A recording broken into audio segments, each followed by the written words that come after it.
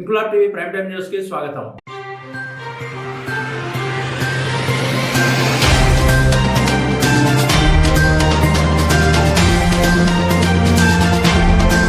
Elevated కారిడార్ల నిర్మాణం కోసం రక్షణ శాఖ స్థలాలపై రాష్ట్ర ప్రభుత్వం నుంచి మంజూరైన 303 కోట్ల రూపాయలను ప్రధాని నరేంద్ర మోడీ సికింద్రాబాద్ కంటోన్మెంట్ బోర్డు అభివృద్ధికి కేటాయించేందుకు అంగీకారం తెలిపినందుకు కంటోన్మెంట్ సభ్యుడు బీజేపీ రాష్ట్ర కార్యవర్గ సభ్యుడు జె రామకృష్ణ హర్షం వ్యక్తం చేశారు. శుక్రవారం కంటోన్మెంట్ బోర్డులో ఏర్పాటు చేసిన విలేకరుల సమావేశంలో ఆర్కే మాట్లాడుతూ కంటోన్మెంట్ బోర్డు ప్రాంతాలను మరింత అభివృద్ధి చేసేందుకు నాలాల అభివృద్ధి కోసం రాష్ట్ర ప్రభుత్వం నుంచి రక్షణ శాఖకు చెల్లించాల్సిన 303 కోట్ల రూపాయలను రాష్ట్ర ప్రభుత్వం నుంచి విడుదలై నిధులను కంటోన్మెంట్ బోర్డుకు మళ్లించేందుకు సహకరించిన ప్రధాని నరేంద్ర మోడీకి కేంద్ర మంత్రులు కిషన్ రెడ్డి, బండి సంజయ్, మల్కాజిగిరి ఎంపీ ఈటల రాజేందర్ కు కృతజ్ఞతలు తెలిపారు. 5 కోట్ల ఇంతవరకు గ్రౌండ్ రియాలిటీలో ₹1 వచ్చిందా? ఆ ప్రపోజల్ ఎటు పోయింది? అంటే ఒక కాగితం రాగానే సెలబ్రేట్ చేస్తారా? దాని వెనకాల కృషి ఉండాలా, ఒక కమిట్మెంట్ ఉండాలా, ఒక లీడర్కి ఒక డెడికేషన్ ఉండాలా.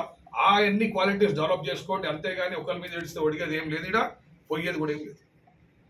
ధన్యవాదాలు సార్. ఇప్పుడు ఇంత చరిత్రలో మొట్టమొదటిసారి ఇంత భారీ ఎత్తున నిధులు కంటోన్మెంట్ సిటిజన్ కావచ్చు, నాయకుడు కావచ్చు, బీజేపీ నాయకుడు కావచ్చు, దేని గురించి ప్రధానంగా మొదటి ప్రాతిపాదికలు మీరు మొదలు పెడతారు? దేనికి ఉపయోగించాలన్నది ఈ నిధులు ఇప్పుడు ఈరోజు కంటోన్మెంట్లో మాది నాలా ఇన్ఫ్రాస్ట్రక్చర్ అట్టర్ ఫ్లాప్ ఉంది. ఎందుకంటే అనేక సంవత్సరాల నుంచి రాష్ట్ర ప్రభుత్వాలు విమర్శలు అంటే మమ్మల్ని పట్టించుకోలేదు. కంటోన్మెంట్ ప్రాంతాల్లో ఎటువంటి డెవలప్మెంట్ కాలేదు. వాళ్ళు నిధుల రూపంలో కానివ్వండి, ఇన్ఫ్రాస్ట్రక్చర్ డెవలప్మెంట్లో కానీ మా దగ్గర పార్టిసిపేట్ చేయలేదు. మా ఒక డ్రైనేజెస్ అన్నీ కూడా అన్ఫార్చునేట్గా నాలాలకు కనెక్ట్ అయి ఉన్నాయి. Under ground sewerage system improve కావాలంటే మేము నాలాల అవుట్లెట్స్ అన్ని ఇంప్రూవ్ చేయాల్సిన పరిస్థితి ఉంది. తప్పకుండా దాని మీద ఫోకస్ పెడతాము. మరి అమృత్ స్కీమ్ కూడా ఇంకొక 500 crores ప్రతిపాదన చేస్తున్నాము. కానీ స్టేట్ గవర్నమెంట్ ప్రొయాక్టివ్ లేదు. గతంలో కేసీఆర్ గారు అనేక ఫండ్స్ అంటే మిషన్ భగీరథ కానివ్వండి, లేకపోతే ఇంకోటి ఈ వాటర్ పైప్ లైన్ సంబంధించిన అన్నిట్లో కూడా టోటల్ అమృత్ ఫండ్సే. ఆయన చెప్పలేదు, మేము చెప్పుకోలేకపోయినాం, అదే తేడా. కానీ అన్ని అమృత్ ఫండ్స్లో వచ్చినాయి. అదే ఫండ్స్ మేము కూడా ఇప్పుడు ట్యాప్ చేస్తున్నాం. ఎందుకంటే ప్రధాని నరేంద్ర మోడీ గారు వచ్చిన తర్వాత కంటోన్మెంట్ కూడా డైరెక్ట్ ఫండ్స్ రావచ్చు అని ఒక రూల్ తీసుకొని వచ్చారు. దాని ద్వారా మేము అమృత్ స్కీమ్లో కానీ తప్పకుండా తీసుకొచ్చి నాలాలకి ప్రధానమైన ఇంపార్టెన్స్ ఇస్తాము. దాని తర్వాత అండర్ గ్రౌండ్ డ్రైనేజెస్ అన్ని కూడా ఇంప్రూవ్ చేయడం జరుగుతుంది. అంటే ఈ నిధులు రావడానికి కాకపోవడం కాదు అన్న ఒక సాంకేతికం అనుకోవచ్చా, లేకపోతే బోర్డు ఎన్నికలు కూడా త్వరలో వస్తున్నాయని కూడా అది ఒక సపరేట్ ఆస్పెక్ట్ అన్న, ఇది ఒక సపరేట్ ఆస్పెక్ట్. ఒకవేళ బాగుంటే అంటే ప్రజలకు దీనివల్ల ఉపయోగం అయితే తప్పకుండా గవర్నమెంట్ మర్చి కోసం కూడా ఆలోచన చేస్తుంది. దానికోసం ప్రణాళికలు తయారు చేస్తున్నారు. చాలా మటుకు ఒక 70-80% వద్దనే వాదన కూడా ఉన్నది. అన్ని వాదనలు తప్పకుండా కన్సిడర్ చేసి ఒక మంచి నిర్ణయం, ప్రజలకి ఉపయోగపడే నిర్ణయం తప్పకుండా గవర్నమెంట్ తీసుకుంటుంది. మేము దీని మీద కరెస్పాండెన్స్ కానివ్వండి, మీటింగ్స్ కానివ్వండి, అధికారులను కలవటం కానివ్వండి, వాళ్ళని కన్విన్స్ చేయడం కానివ్వండి చేయటం జరిగింది. అంటే ఈరోజు బీజేపీ ఎంత ప్రొయాక్టివ్ పార్టీ, నరేంద్ర మోడీ గారి గవర్నమెంట్ ఎంత ప్రొయాక్టివ్ ఉందని చెప్పడానికి ఇదే నిదర్శనం.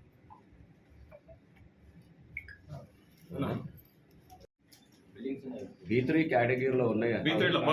కమర్షియల్ యాక్టివిటీస్ పైన డిఓని అడగాల్సి నేర్కొచ్చు. నా యాక్షన్ గవర్నమెంట్ డెఫినెట్గా తీసుకుంటుంది.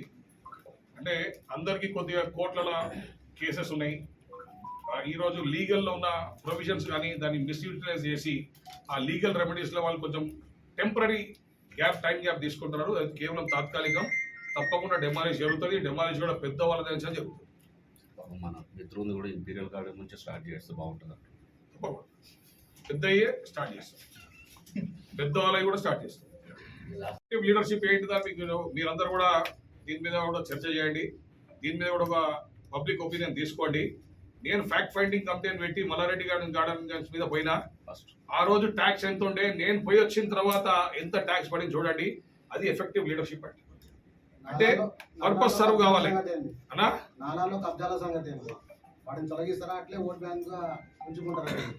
మీరు చూస్తారు కదా, మేము రేవంత్ రెడ్డి గారు లాగా హ్యాపజాడ్గా ఏదో రాత్రిపూట కళ్ళ రాగానే పొద్దున్న లేచి ఆ పని చేయము. తప్పకుండా నాలాలు ఇంప్రూవ్మెంట్లో ఎటువంటి ఇల్లీగల్ స్ట్రక్చర్స్ ఉన్నా తీసేయడం జరుగుతుంది. కంటోన్మెంట్ బోర్డు చాలా ఆర్గనైజ్గా పనిచేస్తుంది, సిస్టమేటిక్గా పనిచేస్తుంది.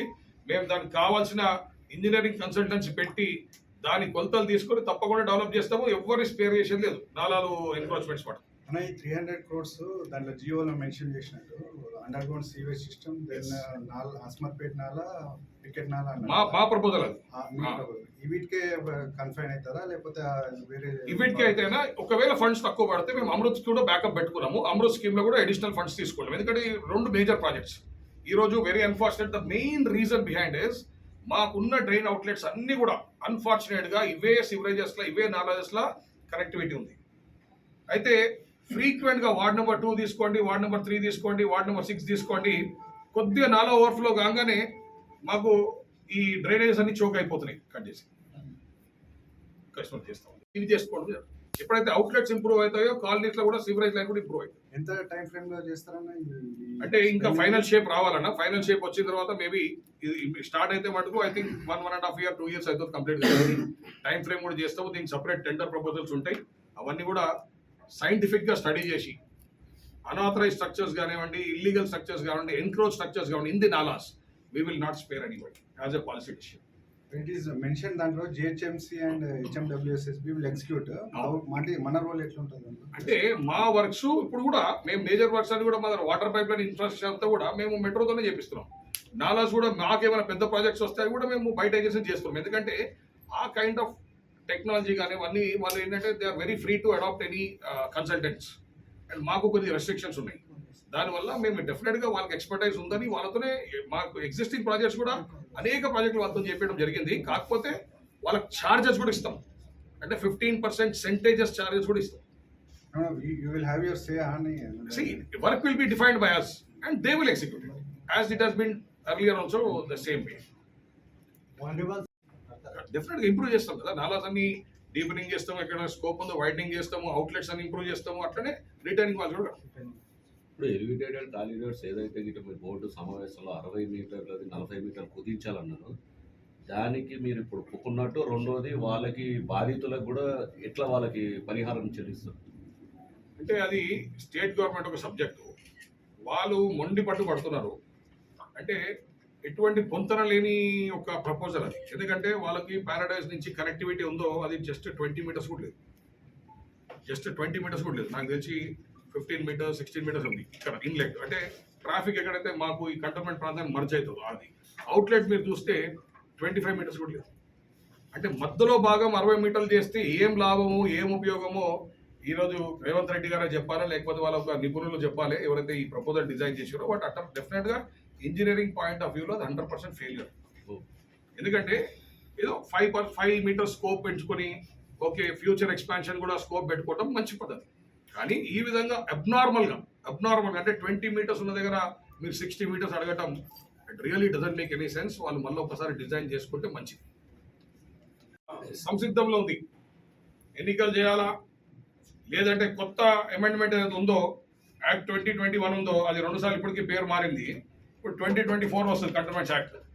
దీంట్లో గవర్నమెంట్ చాలా సీరియస్గా గ్రేటర్ డెమోక్రటైజేషన్ లా అంటే ప్రజల సివిలియన్స్ ఏదైతే ఉందో వాళ్ళ హోల్ పెంచాలని, వైస్ ప్రెసిడెంట్ కు డైరెక్ట్ ఎలక్షన్స్ ఆ ప్రతిపాదన కంప్లీట్ చేయాల్సి ఎలక్షన్ పెట్టాలా, ఆ ప్రతిపాదన కన్నా ముందే ఎలక్షన్స్ పెట్టాలా, లేదు మర్జర్ చేయాలా, ఈ 3 ఇష్యూస్ మీద గవర్నమెంట్ చాలా సీరియస్గా నిర్ణయం తీసుకుంటుందన్న. మరి ఆల్ ఇండియా లెవెల్ కాబట్టి డెఫినెట్గా నిర్ణయం తీసుకుంటాం.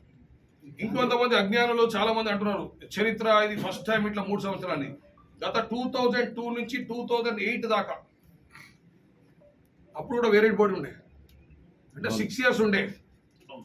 ఓకే బీజేపీ పార్టీ కానీ నరేంద్ర మోడీ గారి గవర్నమెంట్ ఆ రికార్డు బ్రేక్ చేస్తామని ఏం ప్లాన్ చేస్తలేము. అట్లా చేస్తే 6 years ఉండవచ్చు, మేము 7 years ఉండొచ్చు బీజేపీ మెంబర్. కానీ కాంగ్రెస్ పార్టీ గతంలో చేసింది వీళ్ళ చరిత్ర తెలియదేమో, అంత కొత్త లీడర్లు అనిపిస్తుంది నాకైతే. 2002 నుంచి 2008 దాకా ఏముంటే వేరే బోర్డే ఉండే. మీరు చెక్ చేసుకోండి రికార్డ్స్. అయింది మన 2-3 months పోయింది. ఎందుకు పోయింది అంటే ఇప్పుడు ఫర్ ఎగ్జాంపుల్ నేను చెప్తున్నా, అది కూడా చాలా మంచి క్వశ్చన్ అడిగారు. ఎందుకు పోయింది అంటే ఎన్నికలు పాత యాక్ట్లో జరిగింది. పాత యాక్ట్లో ఒక కోర్ట్ ఆర్డర్ మీద ఎన్నికలు జరిగినాయి. ఎప్పుడైతే కొత్త యాక్ట్ ఫోర్స్లో వచ్చిందో పాత యాక్ట్లో జరిగిన ఎన్నికలు నల్ అండ్ వాయిడ్ అవుతాయి. కాబట్టి వెంటనే రద్దయినాయి. 2 months 3 monthsలో మళ్ళీ కొత్త ఎన్నికలు పెట్టారు. తొందరపాటు చర్యలు ఇంత కాస్ట్లీ అనిపిస్తాయి. కొంత తొందరపాటు చర్యలు ఇంత కాస్ట్లీ కాబట్టి గవర్నమెంట్ ఈసారి ఆచితూచి 1-10 సార్లు రీవెరిఫికేషన్ చేసుకో. పాత యాక్ట్లో జరిగిన ఎలక్షన్స్ కొత్త యాక్ట్ రాగానే నల్ అండ్ వాడ్ అయిపోతాయి మిడిల్ ఆఫ్ టర్మ్లో కూడా. దానివల్ల జరగడం జరిగింది. చాలా మంది కారణం తెలియదు. అదే కొత్త వచ్చింది ఆ యాక్ట్ ప్రకారం 2008లో ఎన్నికలు జరిగింది. సో వేరియడ్ బోర్డ్ అనేది గతంలో కూడా ఉంది. ఆ ప్రొవిజన్ కాన్స్టిట్యూషన్లోనే ఉంది, యాక్ట్లోనే ఉంది. దాన్ని ఎవడేమో క్వశ్చన్ చేస్తారు. There is a provision in the act itself. అజ్ఞాలు ఏదో వాళ్ళే ఉంటున్నారు వీళ్ళే ఉంటారు అంటే ఉన్నాడే ఉంటాడు.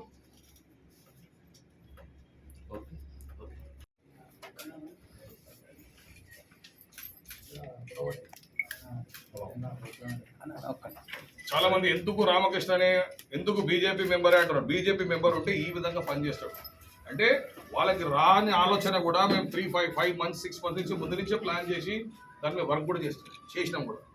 మా పార్టీలో కిషన్ రెడ్డి గారు మంత్రి అయినా కూడా సామాన్య కార్యకర్త లాగా మాకు అందుబాటులో ఉండి మేము చెప్పింది విని, అదేవిధంగా ఈటల రాజేందర్ కానివ్వండి, బండి సంజయ్ గారు కానివ్వండి, ఎవరైనా కానివ్వండి, ఇది ఈటల రాజేందర్ గారి లెటర్ ఇదే సబ్జెక్ట్ మీద ఎవరైనా కానివ్వండి, అప్పుడున్న డీజీ గారి ఆమోదం కోసం. సో బీజేపీ ఒక కమిటెడ్ పార్టీ. బీజేపీ కార్యకర్తలు కానీ నాయకులు కానీ ఈ విధంగా కమిట్మెంట్ తోని డెడికేషన్ తో పనిచేస్తారు. దానికోసమే వాళ్ళు ఉంటారు. నెక్స్ట్ కూడా చెప్తున్నా 100% డెవలప్మెంట్ చేసి చూపిస్తాము. నెక్స్ట్ జనరల్ ఎలక్షన్ లో తప్పకుండా బీజేపీ ఎమ్మెల్యే కంటోన్మెంట్ ప్రాంతంలో ప్రాతినిధ్యం వహిస్తుంది. ఇన్క్లాబ్ టీవీ వీడియోలు మీకు నచ్చినట్లయితే లైక్ చేయండి, షేర్ చేయండి, కమెంట్ చేయడం మర్చిపోకండి. సబ్స్క్రైబ్ చేయని వాళ్ళు వెంటనే సబ్స్క్రైబ్ చేసుకోండి. మా వీడియోలు మీరు వెంటనే చూడాలనుకుంటే కింద ఉన్న గంట సింబల్ని గట్టిగా కొట్టండి.